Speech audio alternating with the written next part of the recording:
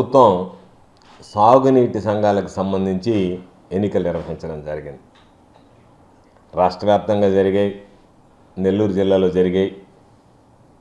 6150 నీటి సంఘాలు ఉన్నాయి, సాగునీటి సంఘాలు. దాదాపుగా 49,000 టీసీలు ఉన్నాయి. అయితే ముందు నుంచే ఓటర్ లిస్టులు తయారు చేసే దగ్గర నుంచి తెలుగుదేశం పార్టీకి సంబంధించినటువంటి నేతల జోక్యంతో రకరకాలైనటువంటి అక్రమాలు చోటు చేసుకున్నాయి. ఎవరైతే పోటీ చేస్తారనుకుంటారో వాళ్ళ రైతులకు సంబంధించి వాళ్ళకి భూములున్న రైతుల పేర్లు తొలగించడం, ఓటర్ లిస్ట్ అనేటువంటిది ప్రచురించకుండానే అడిగినా సరే, ఆర్టీఐ యాక్ట్ కింద అడిగినా సరే ఇస్తాము, ఇచ్చాము, చూస్తాము అని చెప్పి అట్లా ఓటర్ లిస్టులు ప్రచురించకుండానే ఇబ్బందులు పెట్టినటువంటి పరిస్థితి. వీటన్నిటితో పాటు ఖచ్చితంగా నో అబ్జెక్షన్ సర్టిఫికేటు నామినేషన్ వేసేదానికి, నామినేషన్ వేసేటువంటి అభ్యర్థి దాన్ని ఇవ్వాల్సి ఉంది.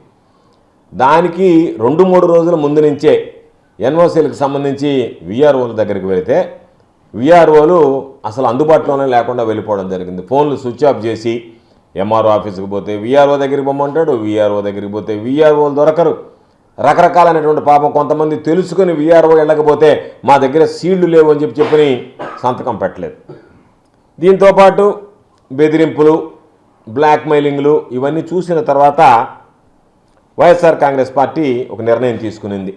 ఎందుకంటే స్థానికంగా ఉండేటువంటి నాయకులను ఇబ్బంది పెట్టడం, కార్యకర్తలను ఇబ్బంది పెట్టడం, వాళ్ళ మీద పోలీసు కేసులు బనాయించడం, వాళ్ళకి సంబంధించినటువంటి డాక్యుమెంట్లు ఇవ్వకపోవడం, తెలుగుదేశం పార్టీ నేతలు దౌర్జన్యంగా వ్యవహరించడం, ఇవన్నీ చూసిన తర్వాత నిర్ణయం తీసుకుని జిల్లాలకు సంబంధించి అందరి అభిప్రాయాలు తీసుకుని రాష్ట్ర వ్యాప్తంగా ఇదే విధంగా ఉంది అని చెప్పి వైఎస్ఆర్ కాంగ్రెస్ పార్టీ ఈ ఎన్నికలు తెలుగుదేశం పార్టీ ఏదో నియంత్రణలాగా, మనం దేశాల్లో కొంతమంది మిలిటరీని అడ్డు పెట్టుకుని దేశంలో నియంత్రణలాగా పాలించినటువంటి విధంగా ప్రభుత్వాన్ని అడ్డు పెట్టుకుని ఈరోజు పోలీసులను పురికొల్పి అధికారులని ప్రలోభపెట్టి అధికారులు ఏదో ఒక విధంగా భయభ్రాంతులకు గురి చేసి మేము చెప్పినట్టుగా చేయాలి అనేటువంటి ఆలోచనతో ఈ ఎన్నికలను ఒక ప్రహసనంగా మారినటువంటి నేపథ్యంలో వాటికి సంబంధించి చెప్పాం ఏమని, మేము ఎన్నికలు బహిష్కరిస్తున్నాం. ఎందుకంటే మాకు ముందే తెలుసు కూడా ఈ ప్రభుత్వం కోర్టును లెక్క చేయదు, కోర్టు ఇచ్చినటువంటి తీర్పులను లెక్క చేయదు, దాని ప్రకారం నడుచుకోదనేటువంటి స్పష్టమైనటువంటి ఉన్నాయి. కాబట్టే వాటికి సంబంధించి ఎన్నికలు బహిష్కరిస్తున్నాము అని చెప్పి చెప్పడం జరిగింది.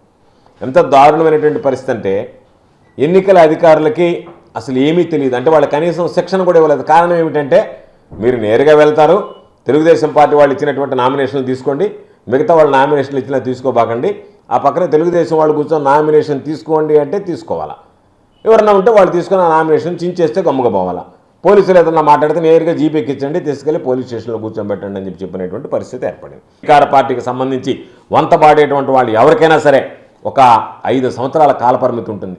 1 సంవత్సరం దాదాపుగా గడిచిపోయింది. కాబట్టి ఇటువంటి వాళ్ళందరి మీద కూడా విచారణ జరిగితే రేపు వీళ్ళందరూ తప్పించుకుంటారు, ప్రజాప్రతినిధులు తప్పించుకుంటారేమో కానీ మీరు మాత్రం బలైపోయేటువంటి పరిస్థితి ఏర్పడుతుంది. కాబట్టి ఇప్పటికే ఎక్కడెక్కడైతే అన్యాయాలు జరిగాయో అన్నిటి మీద కూడా ఇప్పటికే ప్రజల పాపం రైతులు తీవ్రమైనటువంటి ఆందోళన వ్యక్తం చేస్తున్నారు. వాళ్ళ మీద జరిగినటువంటి దాడులు ఈరోజు ప్రజాస్వామ్యం మీద జరిగినటువంటి దాడిగానే భావించాలి. మాకు అర్థం కానిదల్లా చంద్రబాబు నాయుడు ఇన్ని ఘోరాలు నేరాలు చేసి ఈ ఎన్నికలు జరపకుండా తనకు సంబంధించినటువంటి వాళ్ళని ప్రకటించుకుంటే పోయిండేది. కానీ ఒక బిల్డప్ ఇవ్వడానికి ప్రయత్నం చేశాడు. అంటే తెలుగుదేశం పార్టీ తిరుగులేనటువంటి శక్తిగా ఉంది రాష్ట్రంలో. కాబట్టి మేము అన్నిటిలో గెలిచామనేటువంటిది ఇది గెలుపు అని భావిస్తే ఇంతకన్నా దౌర్భాగ్యం ఇంకొకటి లేదు. ఇది చంద్రబాబు పరిపాలనలో ఒక చీకటి అధ్యాయంగా, ఒక రక్తపు మరకతో కూడుకున్నటువంటి దాడులు, దౌర్జన్యాలు, కొట్లాటలు, వాళ్ళ మీద హింసాత్మక సంఘటనలు ఇవన్నీ చోటు చేసుకునేటువంటి పరిస్థితికి సాగునీటి సంఘాలకు సంబంధించినటువంటి ఎన్నికలకు రావడం దౌర్భాగ్యం, దురదృష్టం. ఎప్పుడు ఎన్నడూ చూడనటువంటి పరిస్థితులు ఈరోజు చూసాం. ఎందుకంటే నీరు చెట్లో గతంలో మీకున్నటువంటి నాయకులు దోచుకున్నారు. మీరు మాన్యువల్ కింద మీరు రికార్డ్ చేసి యంత్రాలతో పనులు చేసి మాన్యువల్ బిల్ 5 రెట్లు అధికంగా తీసుకున్నారు. కోర్టుకు వెళ్ళారు. కోర్టుకు వెళ్ళి రకరకాలైనటువంటి విన్యాసాలని ప్రదర్శించి ఆ డబ్బులు వసూలు చేసుకున్నారు. దానివల్ల మరలా ఈరోజు అదేవిధంగా పనులు ఇస్తాడు, మనం దోచుకుందాం అనేటువంటి ఆలోచనతో కార్యకర్తలు, దోచి పెడదాం అనేటువంటి ఆలోచనతో చంద్రబాబు కొడుకు లోకేష్ అందరూ కలిసి చేసినటువంటి దుర్మార్గమైనటువంటి సంఘటన. దీన్ని ఖండిస్తున్నాం.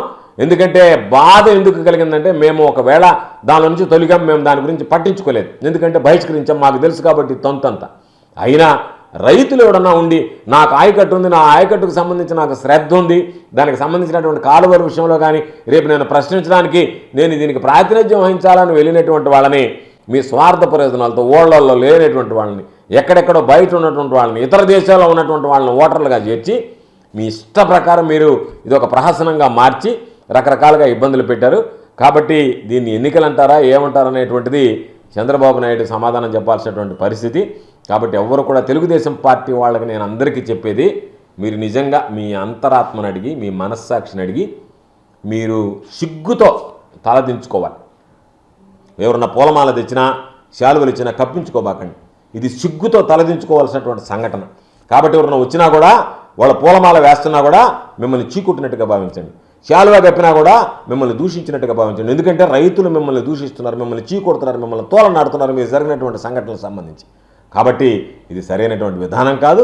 కాబట్టి తెలుగుదేశం పార్టీ నిన్న జరిగినటువంటి ఎన్నికల్లో రైతుల మీద జరిగినటువంటి దాడిని వైఎస్ఆర్ కాంగ్రెస్ పార్టీ తీవ్రంగా ఖండిస్తుందని చెప్పి ఈ సందర్భంగా తెలియజేస్తాం.